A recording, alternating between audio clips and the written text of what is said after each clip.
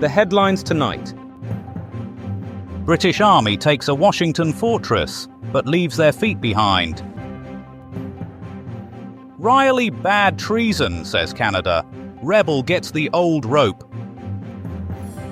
And Sound of Music opens, but hills are still alive with garlic. Plus, coming up, we examine the historical event that almost never happened. Queen Victoria's cat had secret plans to abolish Tuesdays. Those are the headlines. Now feed me news. Mutta News Bang, heralding the symphony of truth in a discordant world of fiction. 1776. Fort Washington has fallen. The Americans, in a display of tactical brilliance that can only be described as running away very slowly, have surrendered to the British. Nearly 3,000 men and enough tea to fuel a Boston Tea Party sequel were captured. Eyewitness Ezekiel Butterworth. 1 minute I'm polishing me musket, the next it's bloody Hessians everywhere. They took our gunpowder, our cannons, and made us all say schedule properly.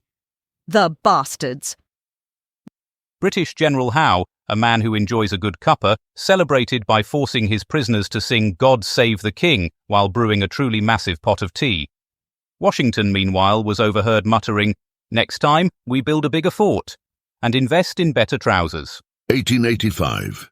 Shocking scenes in Regina today as Louis Riel, self-proclaimed leader of the Metis Rebellion and part-time accordion player, faced charges of high treason in what observers are calling the most biased trial since Judge Dredd presided over his own parking ticket. The all-white jury, carefully selected from a pool of people who'd never met a Metis person but had very strong opinions about them anyway, took nearly 17 minutes to reach their verdict. "We found him guilty before he walked in," said juror Thaddeus Whitebread. "It saved time." Riel's insanity plea was rejected despite evidence that he frequently claimed to be the divinely chosen protector of the Metis people and had once tried to baptize a moose. His defense lawyer, Clarence Bumstead, argued that any man who challenges the government's right to steal land must clearly be mad.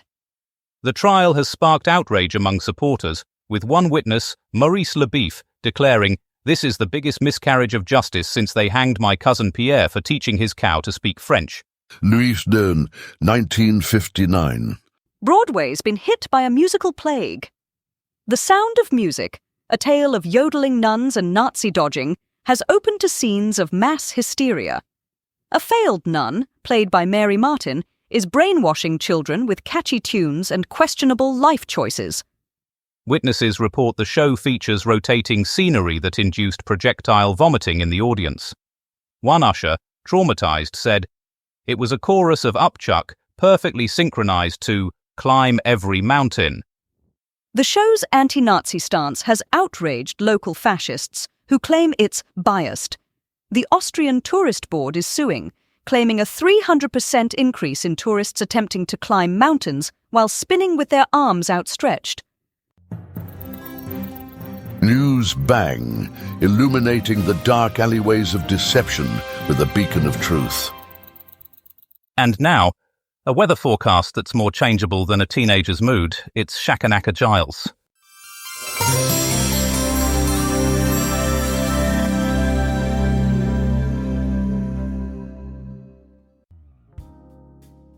Evening viewers, down southeast, prepare for a proper soaking. Rain so heavy it could drown a gnat's picnic, and winds so strong they could blow your socks off, and straight to Scotland. Over in the Midlands, it's brass monkeys weather. Temperatures colder than a penguin's lunchbox. Wrap up warm, folks, unless you fancy turning into a human popsicle. Up in Scotland, it's going to be wetter than a haddock's bath. We're talking horizontal rain, folks, the kind that soaks you to the bone, even if you're wearing a diving suit. Batten down the hatches, bring your umbrellas, and if you see a flying Scotsman, duck. And finally, in Wales, a proper pea super. Fog so thick you could cut it with a knife. Visibility down to about a foot, so if you're heading out, bring a guide dog and a torch, and a very good map. So, there you have it. Wet, windy, and downright chilly. And that's all the weather.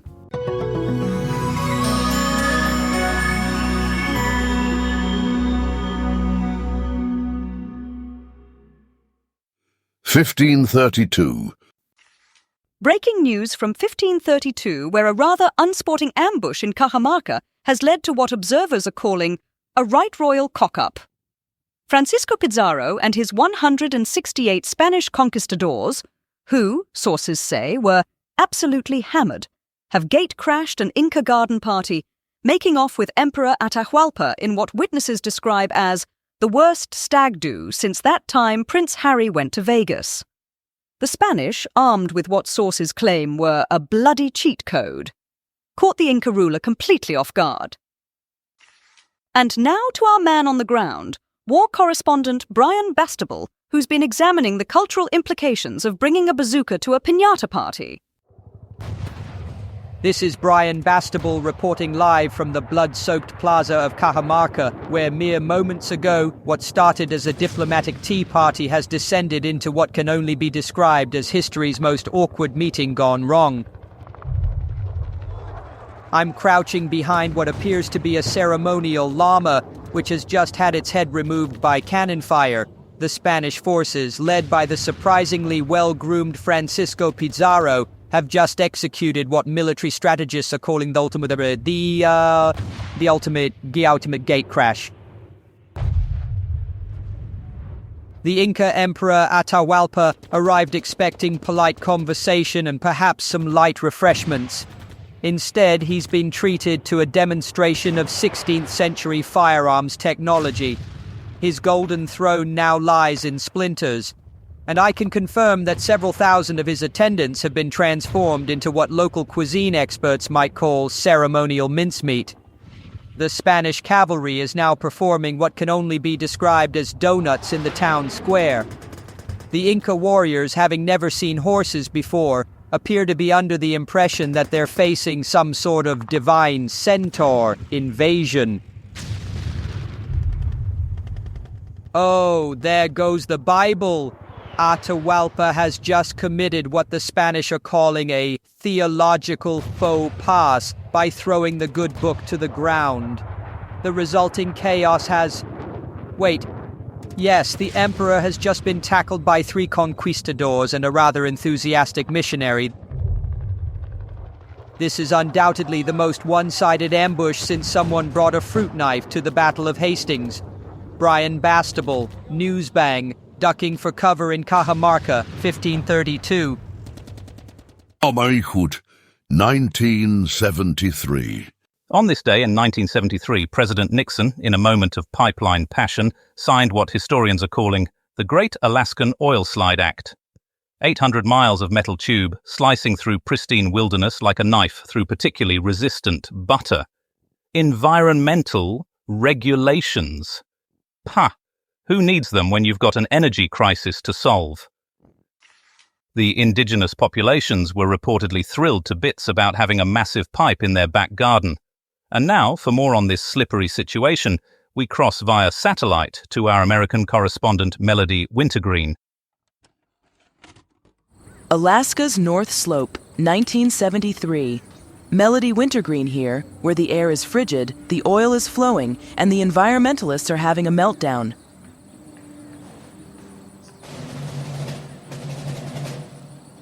President Nixon, bless his black gold-loving heart, has just given the green light to the Trans-Alaska Pipeline. They're calling it a marvel of engineering, a triumph of American ingenuity.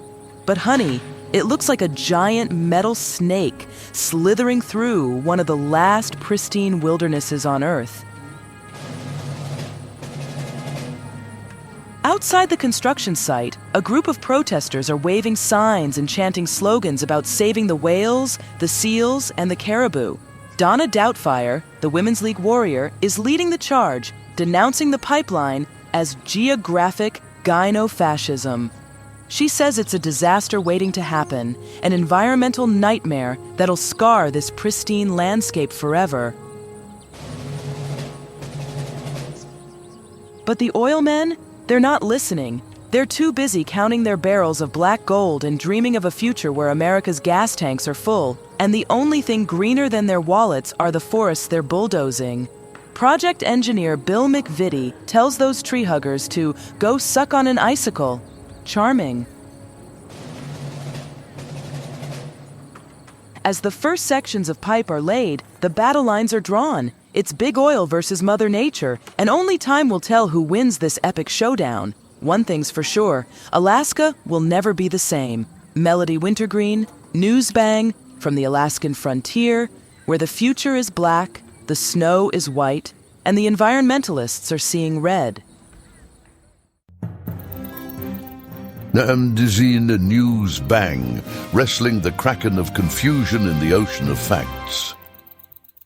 And now, as the nation's roads descend into their usual Saturday night chaos, here's our travel correspondent, Polly Beep, with tonight's traffic report. Evening, my little road rascals. We start with breaking news from the Soviet Union, where Aeroflot Flight 2230 has, shall we say, made an unscheduled landing, permanently. If you're heading to Koltsovo Airport tonight, pack a good book, a borscht sandwich, and your best poker face for those inevitable interrogations. Meanwhile, back in Blighty, the M6 is experiencing a U-turn for the worse. A flock of sheep suspected of being communist sympathisers have staged a woolly protest, demanding better grazing rights and an end to those dreaded sheep-shearing capitalists. Traffic's at a standstill, and the air is thick with bleating and the faint whiff of mutton revolution. The A1 northbound is closed after a convoy of unmarked vans took a wrong turn and ended up in a ditch. Rumour has it they were carrying top-secret Cold War recipes for borscht. MI5 agents are on the scene trying to blend in. If you see a man in a trench coat reading Knitting Weekly with uncharacteristic intensity, avert your eyes. And finally, a warning for anyone brave enough to tackle the M25 tonight. The entire motorway is now a makeshift nuclear bunker, courtesy of the Ministry of Defence. Drivers are advised to seek alternative routes or brush up on their duck and cover technique. This has been Polly Beep, signing off. Good luck out there, comrades. 1938. And now for our science segment, where Calamity Prendeville investigates how a British chemist's quest for better custard led to one of the most peculiar discoveries in pharmaceutical history.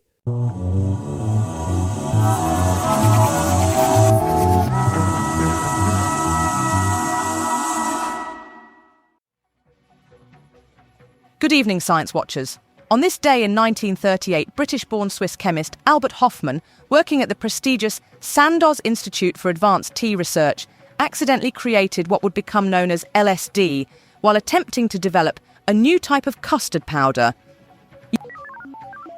Using equipment similar to today's Sinclair chemistry set Mark II, Hofmann combined various compounds derived from the ergot fungus, commonly found growing on British wheat destined for digestive biscuits.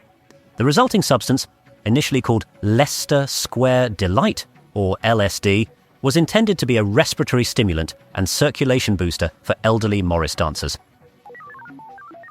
The real breakthrough came 5 years later when Hofmann accidentally absorbed some through his lab coat, leading to what he described in his journal as the most extraordinary cricket match I've never actually attended.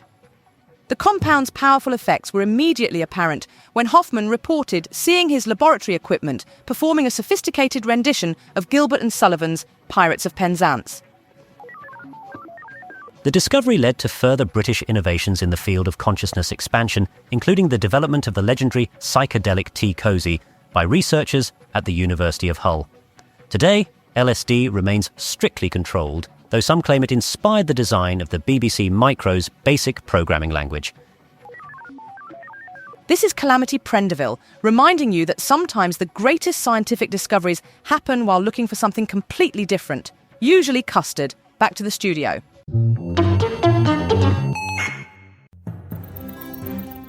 Madu News Bang, illuminating the dark alleyways of misinformation with fiery candor. Louis Riel, 1959. The Sound of Music opens on Broadway tonight, featuring more hills than previously thought possible in indoor entertainment. Reports suggest audience members were alive with something, though experts remain divided on exactly what. Mary Martin's performance as Maria von Trapp has apparently solved the age-old question of how to catch a cloud and pin it down. And in a shocking development, a family of singers has successfully escaped Austria using nothing but do-re-mi. For more on this story, we cross live to our culture correspondent, Smithsonian Moss, who's been investigating whether lonely goat herds really do need to be that lonely. Now, at this point of the evening, we welcome listeners on FM who've just joined us.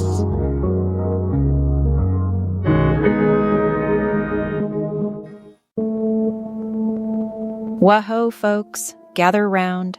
I'm Smithsonian Moss, and today we're gonna blast off into the wild blue yonder of 1959 when the hills were alive with the sound of music. And I'm not just talking about the Von Trapp family's pitch-perfect harmonies. I'm talking about the serious beef Rodgers and Hammerstein had to overcome to get this show on the road. Apparently, Oscar Hammerstein was all, "I'm dying, dude. Let's make this musical about Nazis and nuns and stuff." And Richard Rodgers was all, okay. But can we please make it not so depressing? And thus, The Sound of Music was born, with its catchy tunes, adorable kiddos, and a healthy dose of anti-Nazi sentiment that was totes on point for the late 1950s. Now, I know what you're thinking. Smithsonian, why are you being so flippant about Nazis? And to that, I say, hey, someone's gotta bring the funny. But seriously, folks, this musical was a big deal back in the day, and its themes of resistance and hope still resonate today. The original Broadway production, starring Mary Martin as Maria, was a total game changer, with its innovative staging, turntables, and hydraulic lifts that made the whole thing feel like a cinematic experience. And let's not forget those iconic musical numbers like Do-Re-Mi and Climb Every Mountain that still give us all the feels. So, there you have it, folks. The Sound of Music, the musical that brought us all together in a shared love of cheesy goodness and hatred of Nazis.